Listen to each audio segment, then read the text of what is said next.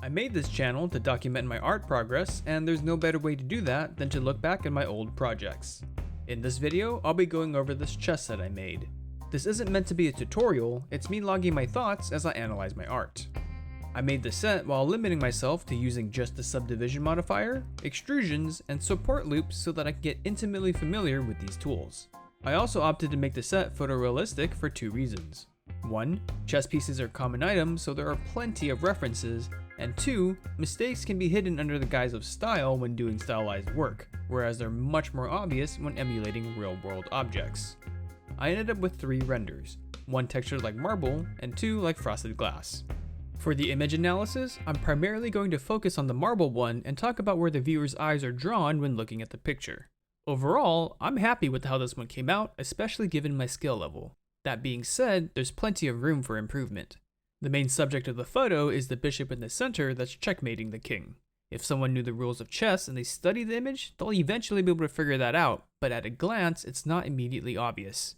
It's even worse if you don't know anything about chess, because then it's not clear what's supposed to be significant and what's not. I have some depth of field to keep the bishop in focus and blur everything else out, which helps, but that alone isn't enough. The problem is that this image is visually cluttered. There's so many other objects to distract the eye. One way to solve this problem is to remove the distracting pieces, but I don't want to do that because they help tell a more complete story. Fun fact, by the way, I got this board position from the chess scene in the first Harry Potter book. So, if I can't remove the distracting elements, then I can try changing their visual weight. One thing that comes to mind is the contrast. If I desaturate the image so it's pure black and white, the issue becomes much more obvious. The bishop I want the viewer to focus on has a similar shade of black to the squares on the board as well as the pieces behind it, so it's literally blending in with everything else. To fix this, I could try lightening up the black squares so they're not as dark as the pieces themselves. I could also play around with the lighting or try to do something in the compositor to increase the contrast so the area I want to draw attention to is brighter than the rest of the scene. If we look at this frosted glass render, you can get a better idea of what I mean. It's already black and white to begin with, so I don't have to desaturate it. The pieces here have a fairly different brightness value from the respective colors on the board. They don't blend in with the squares they're sitting on or the squares behind them, and that immediately makes them stand out more. The top of the queen is up against a similarly colored background, but I have some rim lighting to outline the silhouette, which helps visually separate them. We can see the rim lighting on the pawn as well, which further differentiates it from the light squares on the board. I have to admit that I got lucky with this setup as I wasn't purposely trying to create these effects. I just kept moving things around until I landed on something I didn't hate. It wasn't until I started making this video that I realized what I managed to do right. At least now I have a better idea of what to aim for, so I don't have to spend 3 hours tinkering around hoping to land on a decent composition. The last thing I want to bring up with the marble render is that I shouldn't get so caught up with modeling the main elements that I don't pay enough attention to the supporting pieces. If you think about it, it doesn't really make sense to have the perfect model surrounded by subpar work, as that just takes away from the overall quality of the render. It's kind of like buying a $5,000 suit just to wear Crocs with it. When I finally finished modeling the pieces, I was so tired of working on this that I just quickly modeled the board and set up a couple planes for the background and called it a day. This is almost what I ended up with as my final render until someone pointed out that the board looked like it was stuck to the table, and she was right. If this was a real-world object, how would you ever manage to get your fingers underneath to pick it up? Plus, it would be incredibly heavy given how thick it is. The final image looks better, but I think I could have taken a bit more time to polish it and add some minor details to really make everything come together. Think how much more interesting this scene could be if instead of a plain white table, it had a little color and a little texturing. Maybe throw in some vague out-of-focus objects in the background. It wouldn't take much time to elevate this scene to the next level, and since I wasn't operating under a time constraint, I really don't have a reason not to do it. But enough about the render, let's talk about what I learned modeling the pieces. Since the pieces are symmetrical, I could take a 2D reference, slap it in the background, and extrude, scale, and loop cut a cylinder to fit the shape of the outline. And once I had the base for one piece, I had something that I could copy over to all the other pieces with some minor tweaks. This means that the bases for all the pieces are proportionally consistent since I didn't have to model each object from scratch. So that's lesson 1.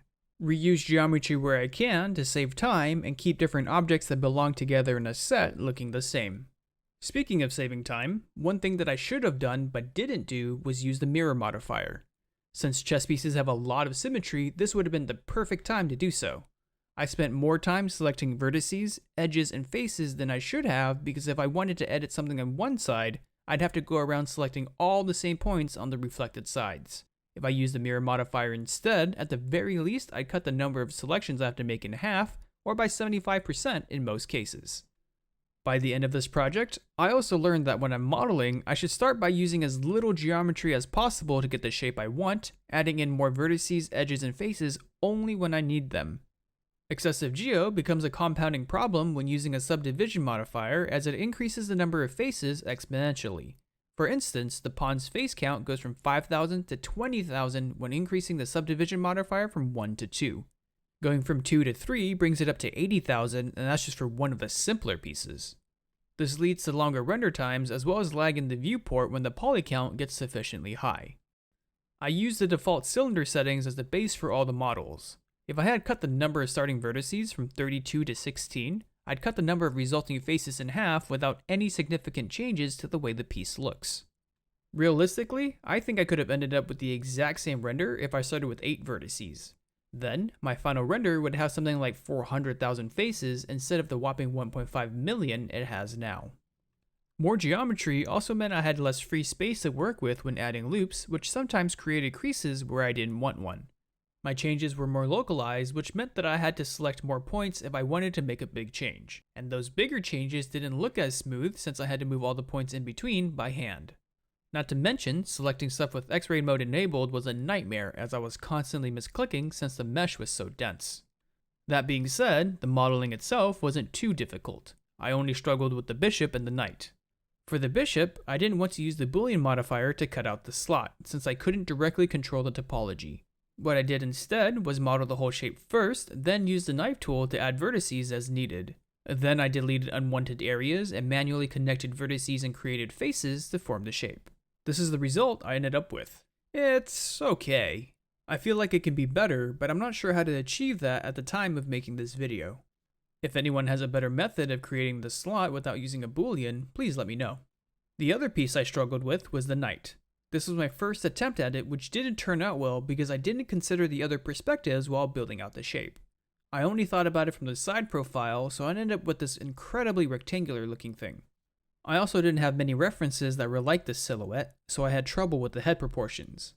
I eventually found another silhouette that I could model off of that provided more natural looking horse shapes.